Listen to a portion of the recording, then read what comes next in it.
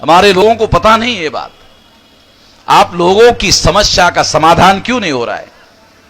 लोकतंत्र है ना, लोकतंत्र, लोकतंत्र शब्द बना लोगों से। अगर लोकतंत्र लोगों से बना हुआ है तो लोगों की समस्याओं का समाधान क्यों नहीं हो रहा है? अरे हमारे से ही लोकतंत्र बना, अगर लोकतंत्र लोगों से बना तो लोगों की समस्याओं का समाधान क्यों नहीं हो रहा है? क्योंकि लोकतंत्र पर ब्राह्मणों ने कब्जा कर लिया है।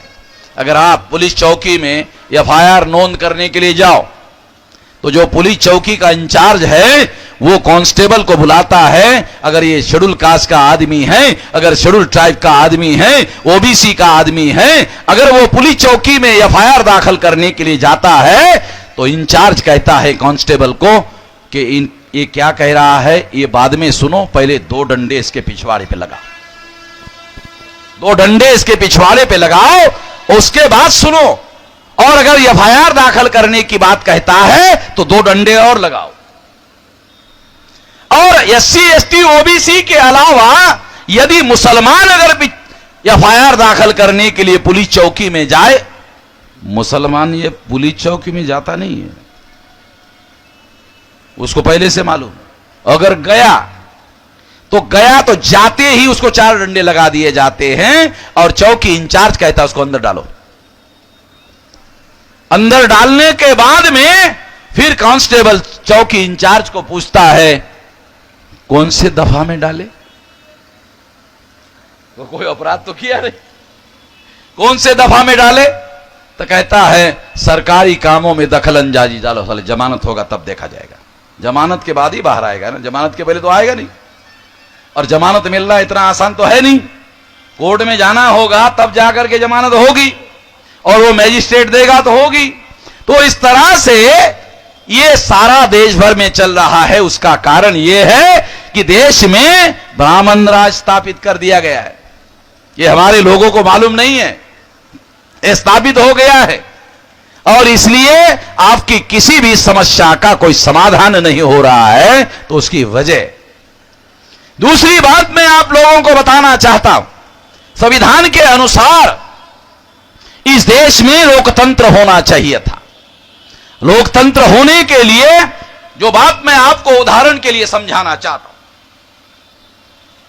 वो ये है कि अगर ब्राह्मण की पार्टी जाती और शूद्र की पिछड़े वर्ग की पार्टी आती तो माना जाता देश में लोकतंत्र है।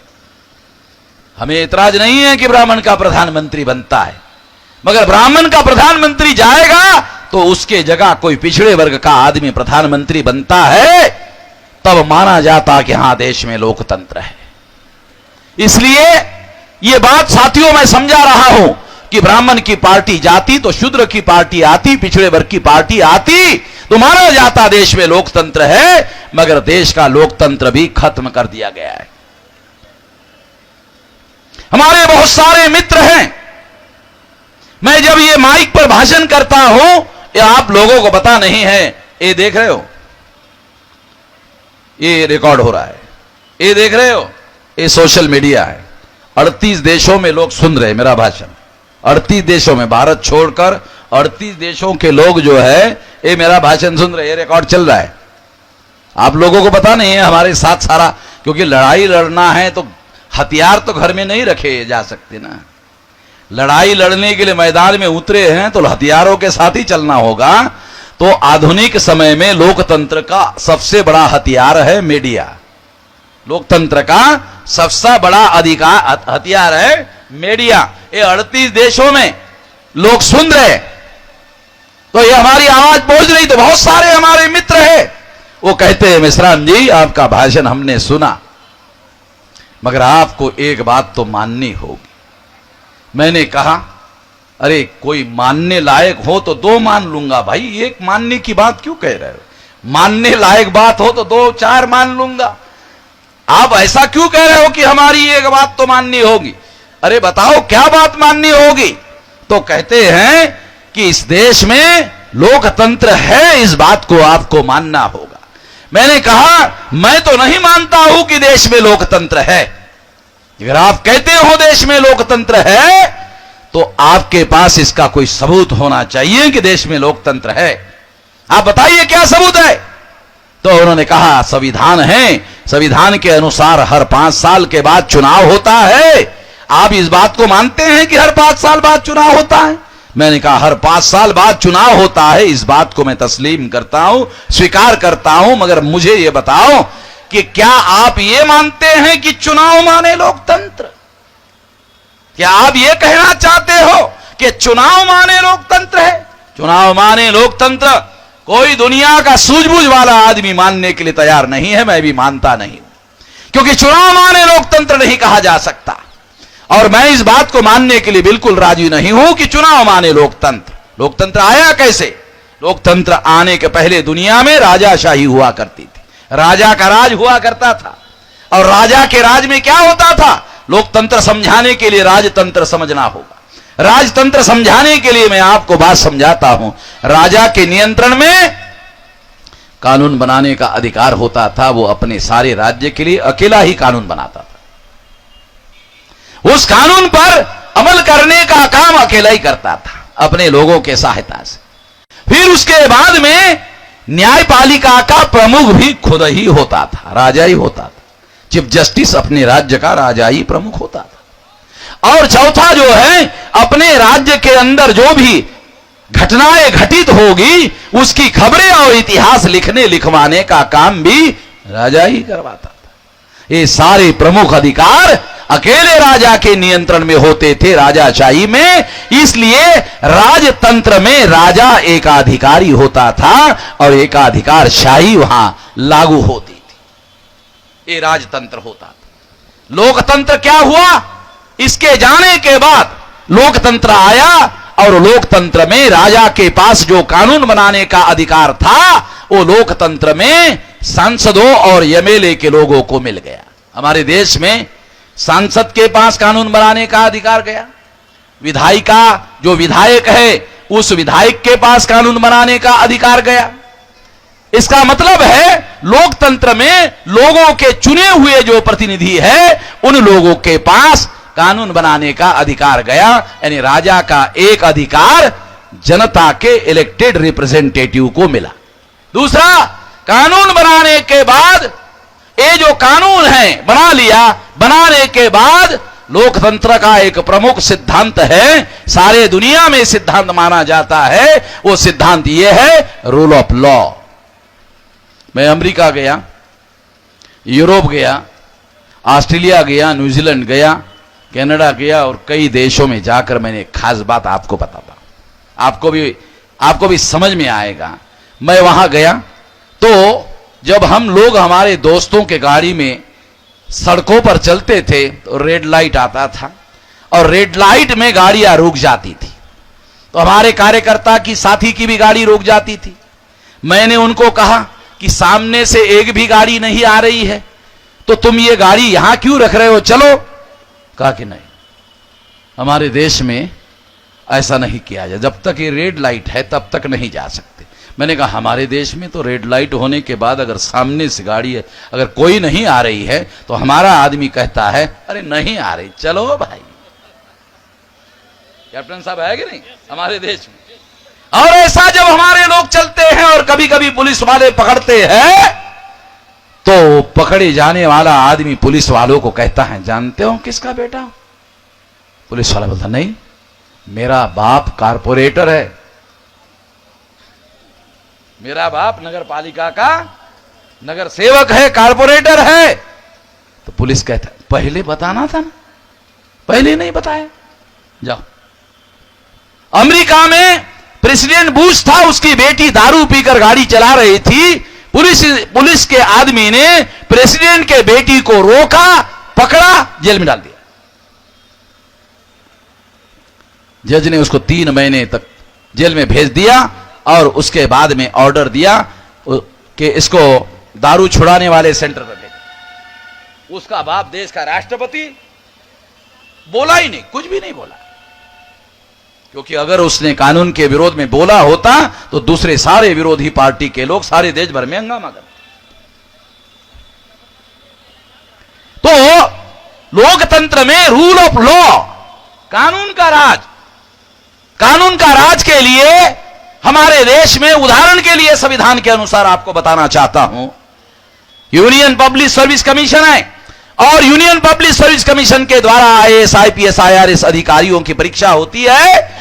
ऑल इंडिया की मेरिट में जो लोग पास करते हैं उनको आईएएस, आईपीएस, आईआरएस बनाया जाता है और इन लोगों को 2 साल का लाल बहादुर शास्त्री स्टेट इंस्टीट्यूट में ट्रेनिंग दिया जाता है और पढ़ाया जाता है। अगर कोई मंत्री तुम्हें कानून के विरोध में काम करने के लिए कहे तो तुम्हारे पास अधिकार होगा ना कहने का। कानून का राज लागू करने की जिम्मेदारी होगी आईएएस, आईपीएस, आईआरएस अधिकारी। इसको कहते हैं लोकतंत्र में दूसरा पिलर कार्यपालिका, तीसरा पिलर है न्यायपालिका। अगर कोई अपराध हो रहा है तो उसके बारे में फैसले देने का अधिकार हाई कोर्ट और सुप्रीम कोर्ट में। राजाशाही में राजा ही चीफ जस्टिस होता था और कानून में अमल करने का काम भी वही करता था।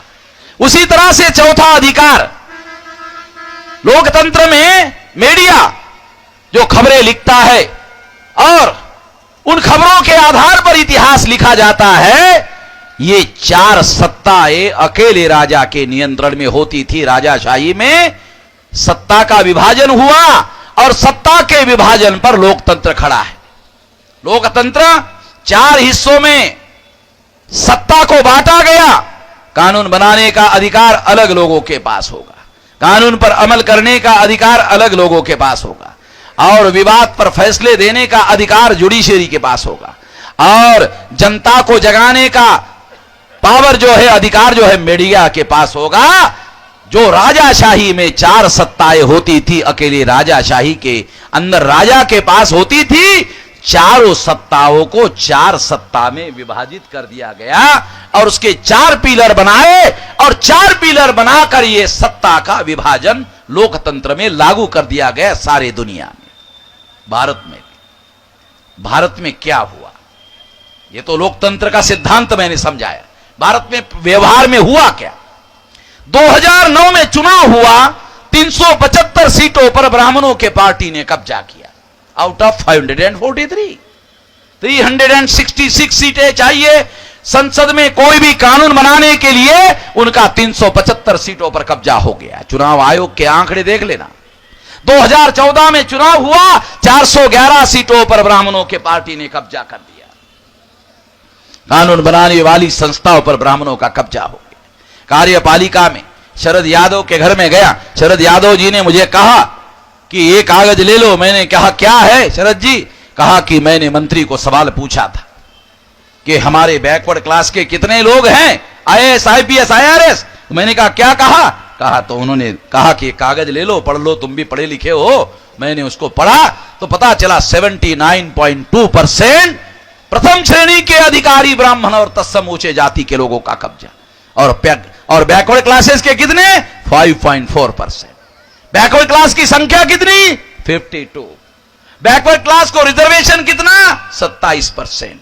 मंडल आया तो कितने थे? 3%। 25 साल हुआ तो कितने हुए?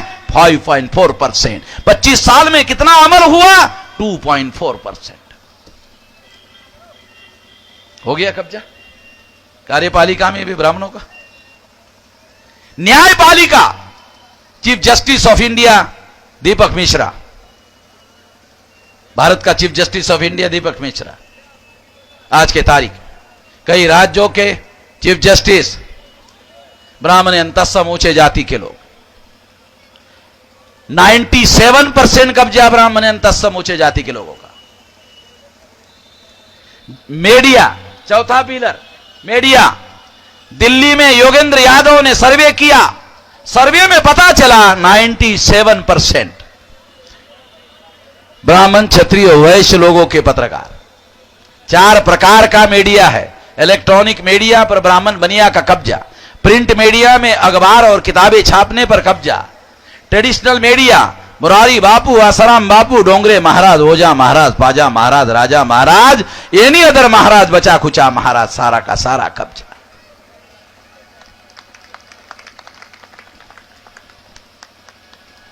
और मौखिक मीडिया, जैसे मैं माइक पर बोल रहा हूं, भाषा का उपयोग कर रहा हूं, देश में 7,500 बोली भाषा बोलने वाले लोग हैं। बोली भाषा की स्क्रिप्ट और लिपि नहीं है, उसको शासन में मान्यता नहीं है। ब्राह्मण ग्रंथ भाषा बोलता है, ग्रंथ भाषा ही लिखता है, उसको शासन में मान्यता है, इस पर भी उनका ही कब्जा है। इसका मतलब है लोकतंत्र का चौथा पिलर ये जो मीडिया है उस पर भी उनका ही कब्जा है। और इस तरह से लोकतंत्र के जो 4 पिलर है, विधायिका पर ब्राह्मण का कब्जा, कार्यपालिका पर ब्राह्मण और तत्समूचे जाति के लोगों का कब्जा, न्यायपालिका में ब्राह्मण और तत्समूचे जाति का कब्जा, और मीडिया में भी ब्राह्मण और तत्समूचे जाति का कब्जा। लोकतंत्र के चारों पिलर पर ब्राह्मण का कब्जा। अगर लोकतंत्र के चारों पिलर पर ब्राह्मण का कब्जा हो गया तो इसका मतलब है इसे हम लोकतंत्र नहीं कह सकते, ये तो ब्राह्मण तंत्र है। ये जो आंकड़े मैं बता रहा हूं, आंकड़ों के साथ बोल रहा हूं, ये सारे आंकड़े भारत सरकार के हैं। ये भारत, मैं माइक पर बाद में बोलता हूं और सबूत पहले रखता।